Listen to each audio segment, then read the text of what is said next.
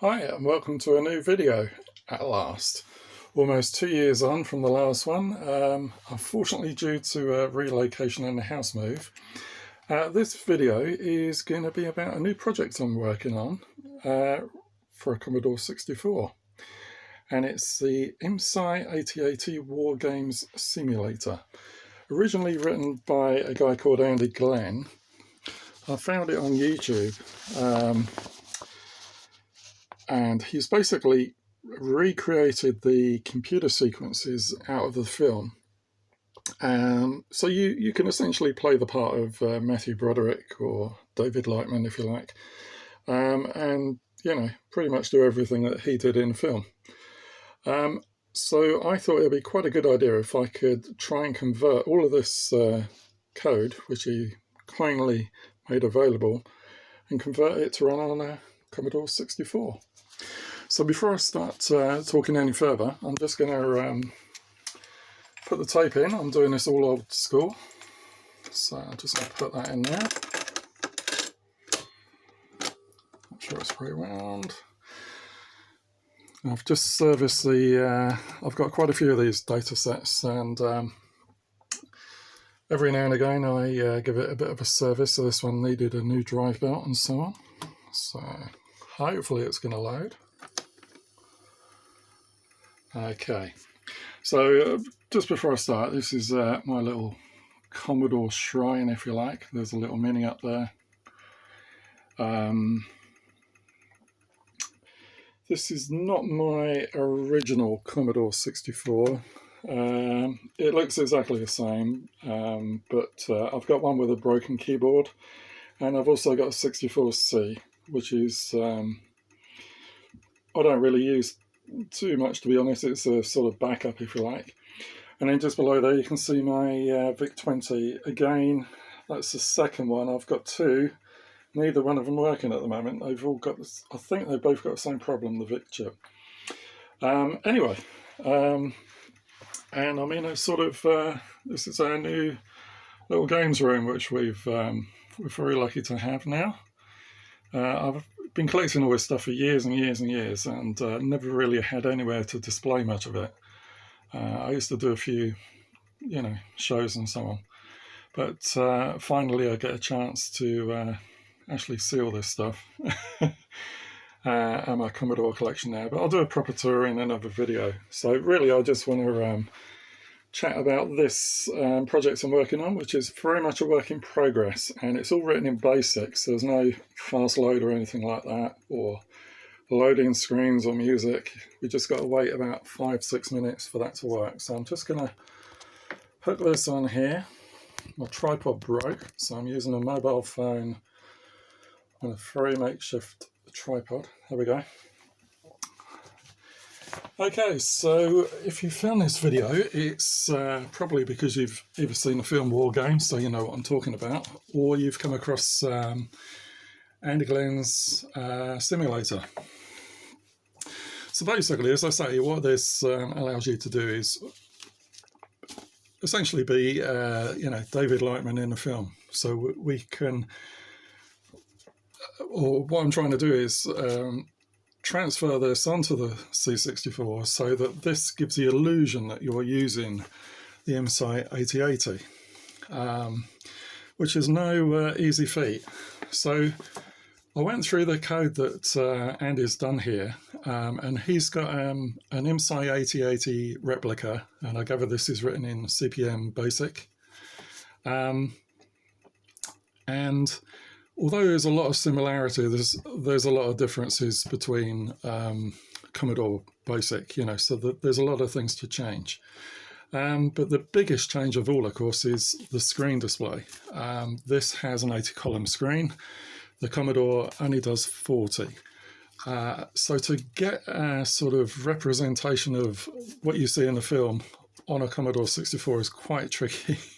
But I think I've managed to capture that as well as we can, and still give all the same sort of information that appears on the screen. There's also a lot of other changes I've made along the way. So, just to add a little sort of behind the scenes extras, if you like, and a bit of extra functionality, because once you've done the sequence of, being David Lightman, and all the same thing, once you've done it once, you probably won't want to do it again. So this really makes a sort of interesting project for me, because, I've not used the Commodore 64 for quite a while now. Some of you may remember me being involved in the tape preservation project. I went under the name of BASICDave, and we were basically trying to archive perfect copies of tape software, in as perfect format as we can. So that's why I have a lot of data sets, because I modified them to work with a laptop via USB. So basically, I've not really done an awful lot since with the Commodore. I've been busy working on this house. It's needed a hell of a lot of work, and then of course we've had COVID and all the rest of it. But in my spare time, I've been working on this. So one of the other problems I came into was this thing uses a hell of a lot of variables, and I've never really done anything that used so many. And one of the big problems I had initially was with data garbage, or garbage data from variables. And what it meant is that when you run it sort of one or two times while you're testing, it's absolutely fine, and then all of a sudden it would become corrupted, or it wouldn't save, and crashed, whatever. And it basically totally ran out of memory. So I had to go back in and change a lot of the code just to be a little bit more efficient and use less variables and more arrays and things like that, and sort of clear them as you finish with them. So anyway, as I say, this is very much a work in progress. It's now loaded, hopefully successfully. So I'm just going to dive straight in there and run. Or actually, no, before I do that, I'll just list it for you, just so you can see, if you've not used the Commodore 64 before, or you're not familiar with basic programming, this is what goes on behind the scenes. I never learned assembler or machine code. I did everything in BASIC, mainly because in those days they used to give really good manuals, and this sort of taught you everything you needed to know. And if you could spend a bit of time with this and try all those examples, and gradually you would learn from it. And also, of course, back then they used to print listings in magazines that you could type out over the course of quite a few days. And you would end up with like a working game or a bit of software. Invariably, though, what you'd end up with is something that didn't work, and you'd have to go back in and try and find the error, which would usually be in a sort of data statement, which is loads and loads of numbers. Anyway, so that's what I've done so far. I can't believe I've never done anything probably quite as big as a project before. So you're certainly using the old grey matter a little. So if I just run this,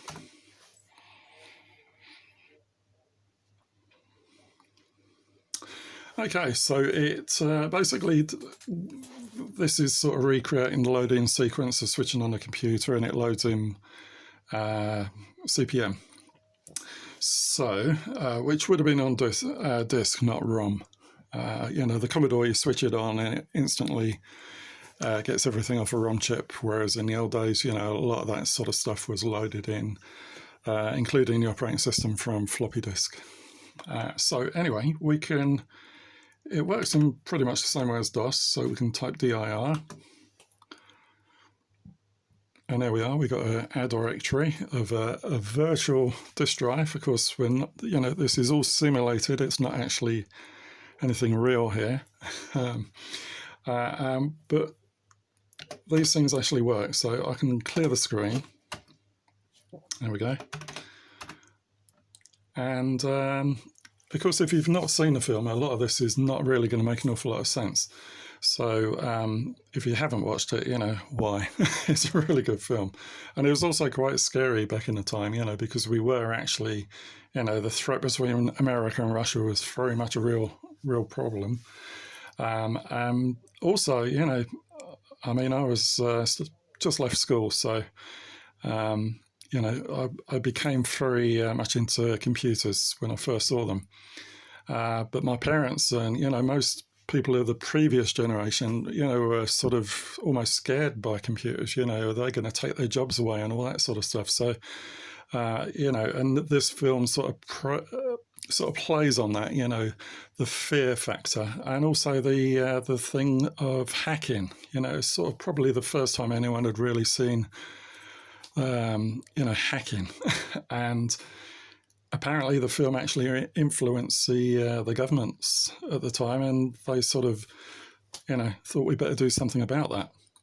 Anyway, that's really more to do with the film aspect of it, but this is really, as I say, simulating everything that happens in the film that he does on his computer.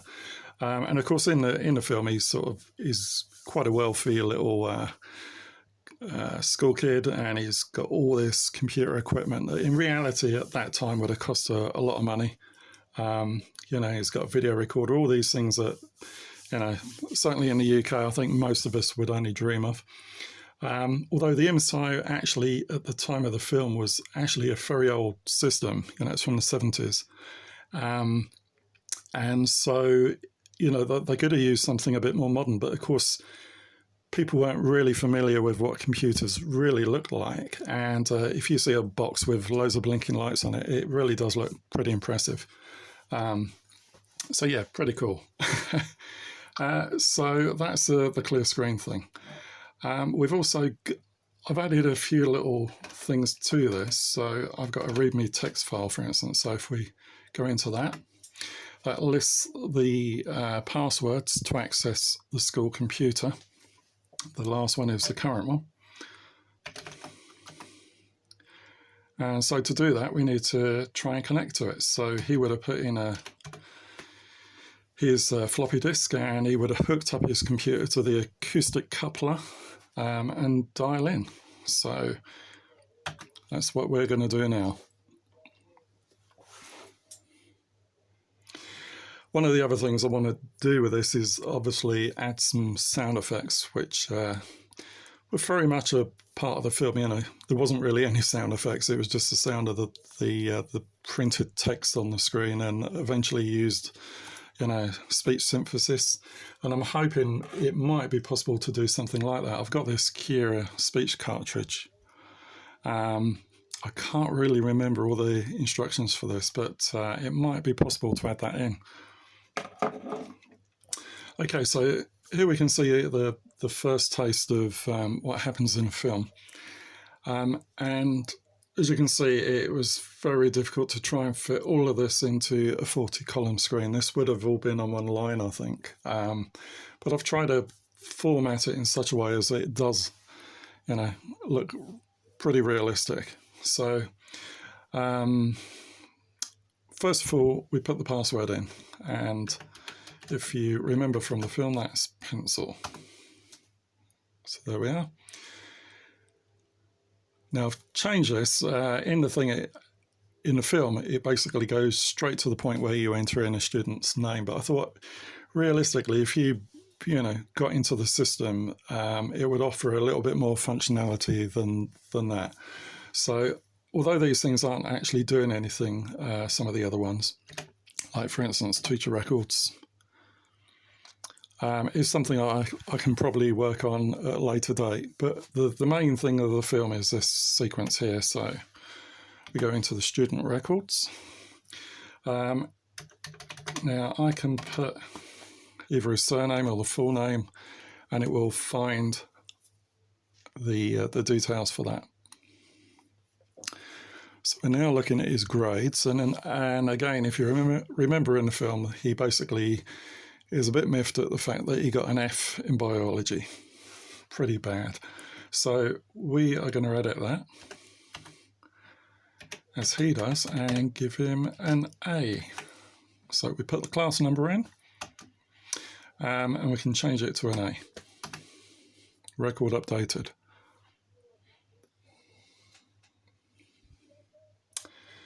Now I've changed from the original simulator that Andy had done.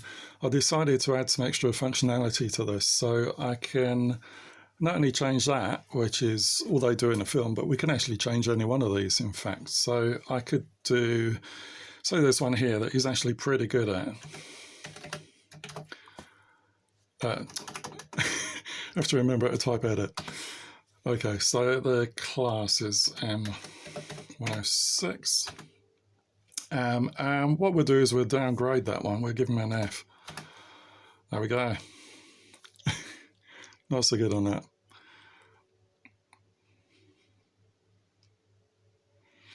Okay, so we'll exit that one. And now we'll change the other character in the film, which is played by Ali Sheedy. And she plays Jennifer Mack. There we go.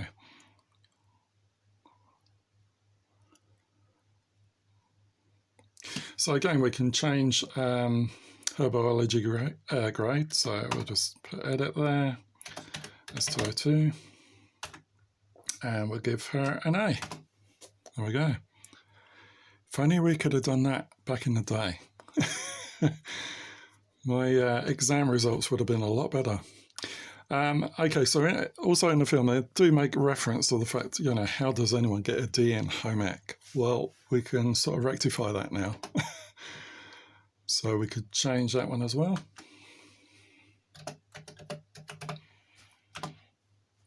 And we could make that, let's say, a B. So you can have a lot of fun with this. And I'm hoping also at some point to add, you know, you could add student names to it rather than just the two characters in the film. But that basically replicates the film sequence, you know, as well as possible, I think. So we go back to this. So I'll say the teacher record thing just says for admin use only at the moment, because that gives me the option of going back and adding that. But I did add an option to change the password. So they're all quite simple passwords. So we'll put folder. And now if we disconnect from the school's computer, there we go. And if I now go to dir and again look at the README text file, oh, that didn't quite update. It's I've obviously not got that quite right, but it's supposed to update the last password in the README. Small little detail. Anyway, as I say, this is a work in progress. It's mostly working, but we've got a long way to go. This is really for Andy Glenn's benefit, just so he could see how it's getting on, because I think he was quite interested in, you know, how trying to translate all of his basic code to a Commodore, you know, which is a bit more limiting in its display and so on, was actually going to work. Anyway, so we go on to the main sequence of the film, which is where he's leaving the computer to dial other systems.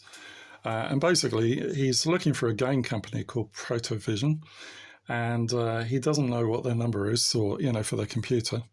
And he basically has a bit of software on his that basically dials every single number from a selection of prefixes until it finds, you know, a system to connect to. So that's what we're going to do here. Now we could scan, the full scan is up to, I think, 9,999, but we'll just do 100 for now. Okay, so the main thing I had to change here was in the actual film and in Andy's simulator, there's actually 4 different prefixes, or 4 columns, if you like. There was no way that you can realistically do that on the Commodore. There just isn't the space. because I wanted to keep the sort of format in and a separation of the area code, prefix, and a number, and so on. Just, for ease of viewing. And also it replicates as closely as possible what you see in the film. So if I just copy those prefixes down, like so. Okay, so I've not slowed this sequence down, just so you can actually see what it's doing, but in reality and in the film, this all happens very slowly because, of course, each one of these is a number it's dialing and then trying to connect to, so that would obviously take a bit of time. Anyway, this will go on and on until it's done the full scan, but rather than wait for the 100 records, we'll just quit that, go to the main menu, and what we can do here is, which I couldn't do in the film, is we can check out some systems that it's found. Now, if you look here, it says no active systems found. This is all as it was displayed in the film. So what I've done is added an option to see previous results, which indeed Andy had sort of done as well. So here we are. So these are apparently some we did at a different time. So these are systems that it's found that we can connect to. So I'm just going to try, I don't know, see. Some of them basically just don't do anything right now. I think in a film it connects to a bank. And of course the airline company. So here's the first one, the bank. Now, in the film he simply states, I'll make a note of that, might come in handy. And indeed it would. But if I try and log on to this with whatever, I don't know, John Smith. Invalid closing connection. Okay, so let's try a different number. I think we'll go for this one, F.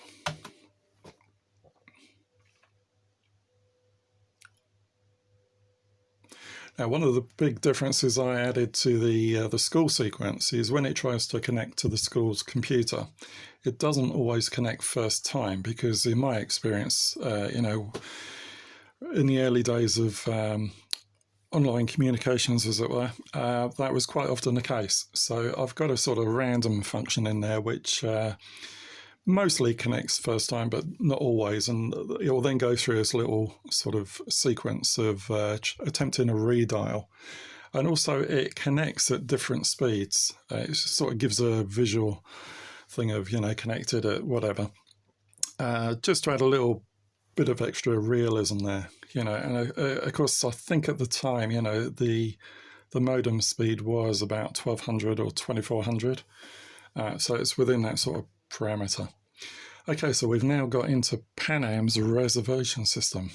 How cool is that? So in a film they go straight in and make a reservation for themselves to Paris, so we can recreate that whole thing. So this all works. So we got passenger information, and we're going to make a new reservation. Okay, so they're going to Paris, so we'll do the same. Now this took a lot of work to get this all working, not just sort of copying word for word what you've done in his original code, because some of that doesn't actually work with the 64 Basic. But also I wanted to try and change the way it actually works behind the scenes. So, all these things are made up of lots of different strings and analyzing of data. So, for instance, when you type in Paris as an input to a variable, it then has to reassociate that to mean Paris and the airport name as well, which is what it does in the film. Now, I'll do something completely different after we've done this sequence. So, number of passengers is 2. So, surname, Reitman, David. I added in the smoking, non-smoking sequence. And then we also get to confirm the details, which I figured it would probably have. And now we put in Miss Mac.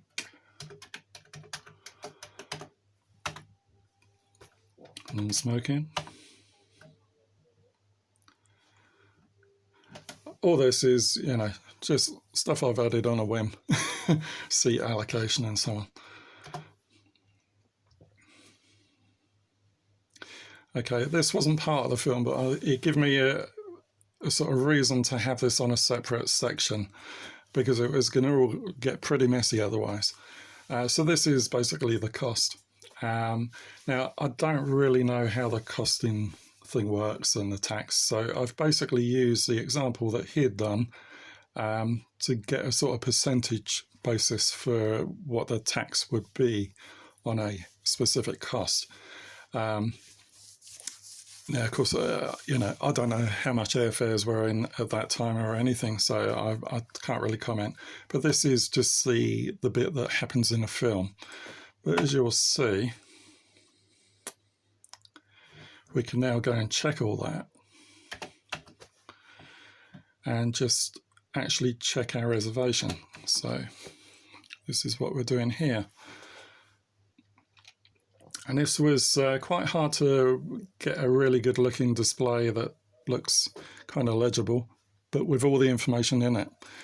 So I'm quite pleased with how this has worked out, actually. You know, these are all variables that it's got to print out, and it has to go through and find and remove all the spaces and so on.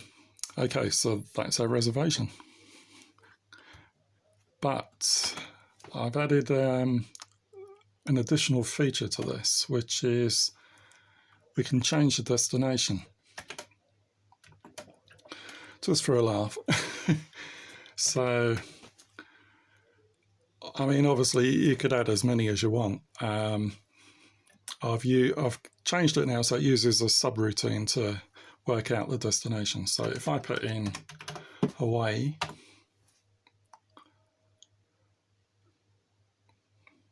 which is one that I've added, and it then adds in the airport as well. So I won't go through this whole thing again.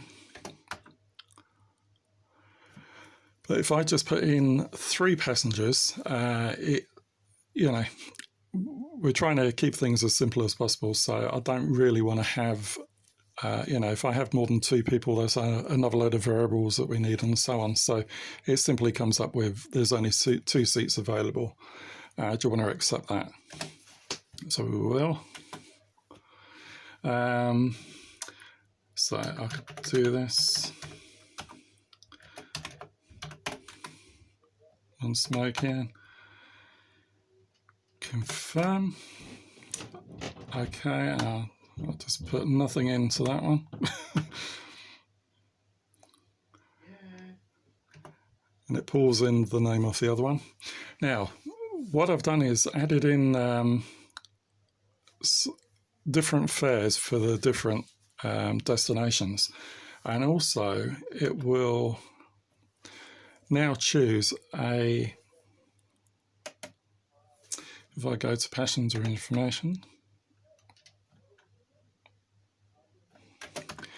it will now choose a completely different date and also a flight time and a flight number.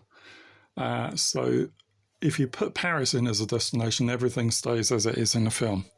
But if you put in a different destination, it changes everything. So we got a different flight number, we're going on a different date and a different time as well. And that was quite hard to work out because obviously we want the dates to be within a sort of certain radius of the time that we're doing this from, which is apparently the 10th of March in 1982. And it could all get quite complicated behind the scenes, you know, because I'm using variable arrays to hold all this stuff. Yeah, and so the tax thing is worked out on the basis of the price that I've added. I don't know how realistic that is or not. As a cost to go to Hawaii, no idea. So I'm hoping to also add in a credit check thing, so you could put a card number in and it will pretend to sort of authorize a card, although in reality, you know, in most sort of shops and things like that at that time, of course, credit cards were done manually with a sort of little card machine that you just swiped over a printed form. It wasn't authorized over, you know, by computer, but they were in, you know, sort of department stores, airports, and so on. Some of the other stuff, there probably won't be enough memory to add anything there, and of course that's not really part of the film sequence, but it could be something that we could add at a later date.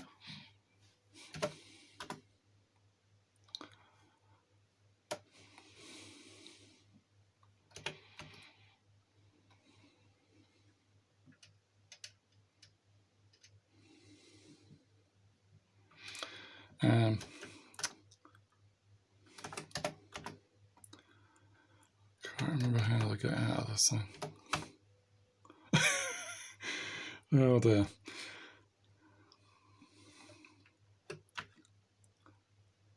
Menu option not implemented. Oh dear, I can't remember. What was the exit command?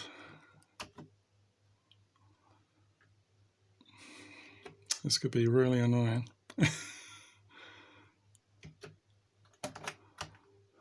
Okay, I'm just going to quit it here.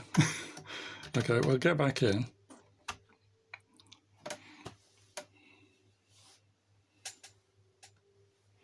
Right, and we'll go to dialer. I'll just cheat. Okay, so what I'm going to do now is just show the initial part of the, when we get into the WOPR, or Army's computer. Now this is a bit that I haven't actually done yet, but I've just done the initial sequence because I'm trying to recreate the sort of displays that happen to it. It all goes a bit strange. So